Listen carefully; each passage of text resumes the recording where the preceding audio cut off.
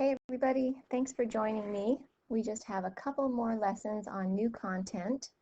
We can see the light at the end of the tunnel. This is pretty exciting. So here's one of your last remaining lessons. It's on something called the mean value theorem, and I think this is notes number 34. So go ahead and get ready for that. I'm going to explain to you the concept, and we'll write down the theorem, and then we'll do 3 examples. So maybe you have heard lately about how traffic on the freeways has been light because so many people are staying home and people aren't commuting to work as much. And so, as a consequence of that, there are some who have decided that they want to see how fast their cars will go, and some have been taking advantage of the opportunity to speed. I have heard that on the news a few times. Well, here is a scenario inspired by that will also help us to understand the mean value theorem. So it says, driving up I-5, you pass milepost 124 right around Roseburg at 1 p.m. and you pass milepost 304 in the Portland area at 3:30 p.m. Here's the question. At any point, were you speeding? So here's how we want to think about this. Let's figure out your average speed, first of all, and that would be your total distance divided by your total time. So I'm going to go ahead and translate this information into a couple of ordered pairs. So for Roseburg, let's say the ordered pair is that 1 o'clock is time 0 and milepost 124 is position 0. And then for Portland, let's say that 3:30 is time 2.5 because 2.5 hours have elapsed since 1 o'clock. And then milepost 304, that will be 180 because that's a distance of 180 from milepost 124. So these are our 2 ordered pairs. Distance is in miles and time is in hours, and we can plot those points. So we have 0, 0, and then we don't have to make this all perfect, but let's just call that 2.5 and let's call that 180, and we have the second point here. Now, we don't know how your speed varied over the course of time. Maybe you were going the exact same rate the entire time, or maybe you were going faster and slower and faster and slower and on, which is pretty typical. We don't usually just hit cruise control, and we have to deviate from that at some points along the way. So probably we're not going to connect these 2 points with a straight line. We are probably going to have some variations. So let's just say maybe it's something like that. Okay. Now let's find the average speed.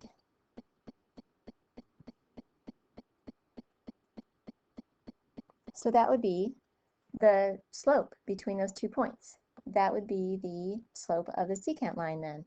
So that would be the difference in the positions, 180 minus 0, over the difference in the times, 2.5 minus 0. 180 divided by 2.5 is 72. Aha! The average speed was 72 miles per hour. Does that necessarily mean that at some point you had to have been going 72 miles per hour? That's the question. Were you speeding at any point? Well, let's think about the possibilities. Let's say you were never going that fast. You never went 72 miles per hour. You were always going slower. Well, then how in the world could you average 72 miles per hour? Let's say you were always going faster. Well, then how in the world could you average 72 miles per hour? So the only possibilities are that sometimes you were going slower and sometimes you were going faster, or you were going 72 miles per hour the whole entire time. Either way, at some point were you speeding? Yes, because our speed limit is 65, lower in places, but definitely not 72. Okay, so this is the idea behind the mean value theorem, that the average speed at some point is equal to the instantaneous speed. Or maybe I could say it in reverse. At some point, the instantaneous speed is equal to the average speed. And remember, the average speed was like the slope of the secant line, the line that connects the 2 points. And the instantaneous speed would be like the slope of a tangent line. So if the slopes are the same, then the lines are parallel. So for this particular graph I've drawn, perhaps right here you have a parallel line, perhaps right here, right here, right here. Perhaps at those 4 places you were going 72 miles per hour because the slope of the tangent line is equal to the slope of the secant line. Now let's generalize this. The mean value theorem. We have a closed interval from A to B. A, B, just like in the problem we did, we had from time 0 to time 2.5. We have endpoint A, endpoint B. We have a function that's continuous.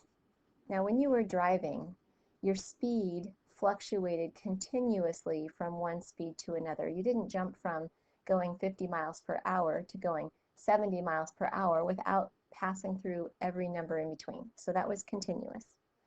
So we're drawing something that's continuous from A to B and differentiable. Differentiable means you can find the derivative of it. So it has to be smooth and curvy, not pointy or cuspy.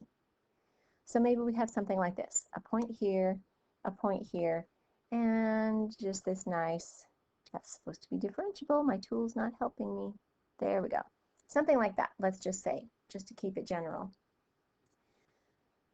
This is f of x, it's continuous, it's differentiable. Continuous on the closed interval, differentiable on the open interval.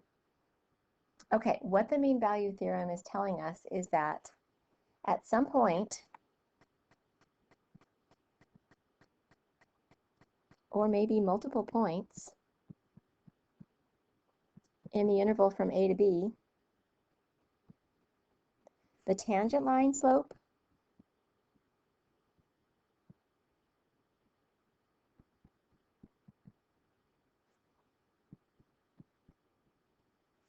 is equal to the secant line slope. The other way to say it, the tangent line is parallel to the secant line. So again, we can kind of make a sketch of this. We have our secant line from point A to point B.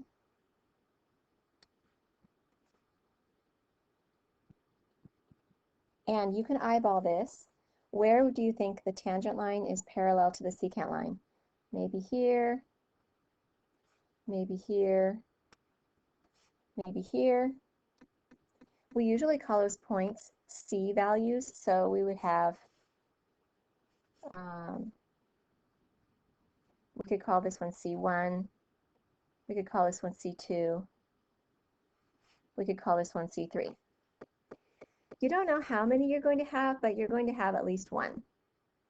So now, here's what the mean value theorem says in mathematical language. If f of x is continuous,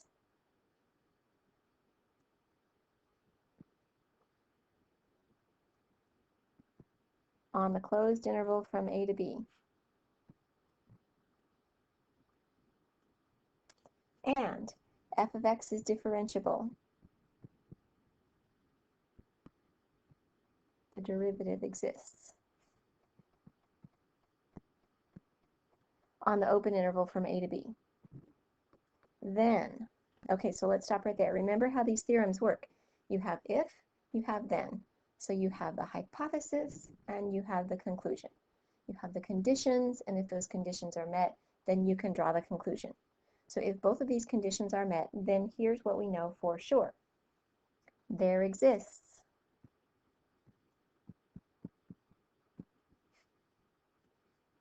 some number C, maybe more than one, but at least one, in the interval between A and B, the open interval, such that, remember what we concluded on the last slide was it was such that at some point the tangent line slope is equal to the secant line slope. Well, what's the tangent line slope? The tangent line slope is the derivative, and so that would be f prime of C. The derivative of C, the instantaneous rate of change at C, is equal to the average rate of change. That would be the slope of the secant line. And the average rate of change on this interval would be f of B minus f of A over B minus A. Instantaneous rate of change Oops, I left out a letter.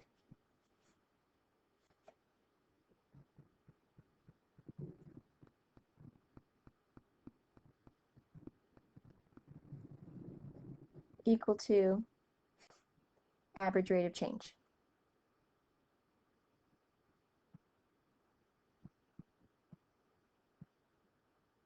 Okay, that is the mean value theorem. The mean value theorem is an existence theorem. It tells you that something exists. Calculus has a lot of existence theorem. They tell you things exist. They don't tell you how to find them. They tell you they exist. Okay, let's move on to our examples. State whether or not the function satisfies the hypotheses of the mean value theorem on the given interval. The hypotheses are, is it continuous on the closed interval? Is it differentiable on the open interval? If it does, then we know there will be at least one number c where the instantaneous rate of change, the derivative, is equal to the average rate of change. Then we're going to find that value. So here's our function, number 1, f of x equals x squared plus 2x minus 1. Here's our closed interval, 0 to 1. Let's see if this function satisfies the hypotheses. Is this a continuous function on the closed interval from 0 to 1? Well, it is a polynomial function, and polynomial functions are continuous over the entire real numbers. So yes, this is continuous over the interval from 0 to 1. Is it differentiable? Does the derivative exist? Again, for every polynomial, the derivative does exist, and it does exist for all real numbers, and we can even just find the derivative. We're going to need it anyway later in the problem. F prime of x is 2x plus 2. Yes, that exists for any number between 0 and 1. So, we have met the conditions of the mean value theorem. That means the conclusion applies. That means there is a point, one or more than one point, where the derivative is equal to the average rate of change. So here's what we do to find it. Let's find the average rate of change. Let's find f of b minus f of a over b minus a. For this particular interval, that would be f of 1 minus f of 0 over 1 minus 0. To find f of 1 and f of 0, you just plug those numbers into your original function. And you end up with f of 1 is 2, f of 0 is negative 1, and that's over 1 minus 0. So we get 3. So the average rate of change for this function on this interval is 3. Now, at one point, or maybe more than one point, the derivative will equal 3. So we have our derivative, we have our average rate of change, we set them equal, and we solve. Now you can put c in there instead of x, so you could say that 2 times c plus 2 is equal to 3. Since we're calling that special number c, subtract 2 from both sides, divide by 2, you get c is 1/2. Is that in the interval between 0 and 1? You should always check that, because what if you got a value that was not in the interval? Then you wouldn't want that one. So 1/2, yes, that is in the interval between 0 and 1. So what we can say is, at the x value of 1/2, which we're calling c, the average rate of change is equal to the instantaneous rate of change. Now, I wish I could show you this on a graph, but I'm not using a computer that's going to allow me to do that.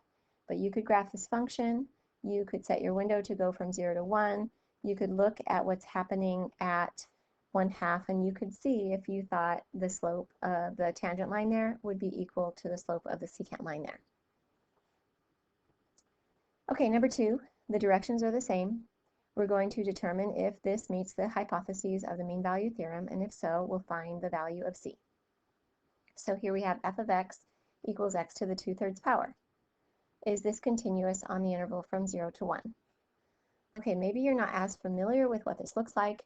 We know the x squared function looks like a parabola, and maybe we know that the x to the 1/3 power function looks like this. It might be a good idea to go ahead and graph this. Sorry that I can't use a calculator for that right now. There's no reason to assume that this function would break down anywhere between 0 and 1. You can take any positive number, raise it to the 2nd power, cube root it, and you'll get an output. So yes, it's continuous. Is it differentiable on this interval? Well, let's go ahead and find the derivative and see. So the derivative would be 2/3 x to the, sorry, let me clear that up a little bit. 2/3 x to the negative 1/3. That's the same as having 2/3 cube root x. Now, that would not be defined for x equals 0. 0 would make the denominator 0. But here's the thing about the differentiability part. It only needs to be differentiable on the open interval, not the closed interval. So it's true it's not differentiable at 0, but that's okay. We don't need it to be differentiable at 0. We only need it to be differentiable between 0 and 1. So yes, we've met both conditions of the mean value theorem. Now let's go ahead and find the value of c that makes the average rate of change equal to the instantaneous rate of change. So we need to find the average rate of change, and that would be f of 1 minus f of 0 over 1 minus 0. It's not always going to be 0 and 1, but we just happen to have that interval in the first two of our problems. Okay, so f of 1 is 1, f of 0 is 0. So we have 1 minus 0 over 1 minus 0. We have 1 over 1, which is 1. So the average rate of change on this interval is 1. Let's set that equal to the derivative, because the derivative is the instantaneous rate of change. So we're setting this equal to 1, and we're going to find the value of c. And if we want to, we can go ahead and put a c in there instead of an x. It's not going to worry me too much if you use an x, not a c, as long as you know the concept. Okay, we're solving this for c. Let's multiply both sides of the equation by that denominator, 3 cube root c. And then let's divide both sides by 3. And then to get rid of the cube root, let's cube both sides. So get 8/27 equals c. Is that between 0 and 1? Yeah, it is. So that is the value where the slope of the tangent line, the derivative, would be equal to the slope of the secant line. So that is the point where the instantaneous rate of change is equal to the average rate of change. One more. Here we have f of x equals x to the 1/3 power, and we have a closed interval from -1 to 1. Okay, is this function continuous on this interval? So any number can be cube rooted. In fact, if you picture the cube root graph, you can see its domain is all real numbers. So yes, it's continuous. Is it differentiable? To figure that out, let's go ahead and find the derivative. F prime of x equals 1/3 times x to the -2/3. And that is the same as 1 over 3 times the cube root of x squared. Okay, so just like in the previous problem, this is not differentiable at 0 because 0 makes the denominator 0. We need this function to be differentiable on the interval from -1 to 1, the open interval. Take the closed interval and just take off the endpoints. We need that in order to satisfy the hypotheses of the mean value theorem. Well, it's not, because it's not differentiable at 0. So we do not satisfy the conditions of the mean value theorem. Therefore, we cannot draw a conclusion. Mean value theorem, conditions not met.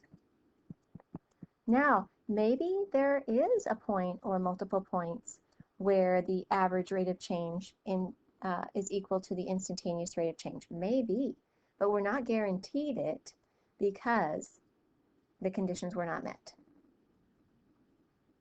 Okie dokie. For your homework, there is a mean value theorem Myopenmath assignment I would like you to do, and it has 5 problems. Let me know if you have any questions. Remember, I have room for a tongue in there. I didn't know that was going to happen. Cool. Remember that we're going to talk more about your final exam pretty soon, but your final exam is going to be a Myopenmath test. And so all of these Myopenmath problems you're doing are really going to help you be ready for that test. Thanks, everybody. Have a wonderful day.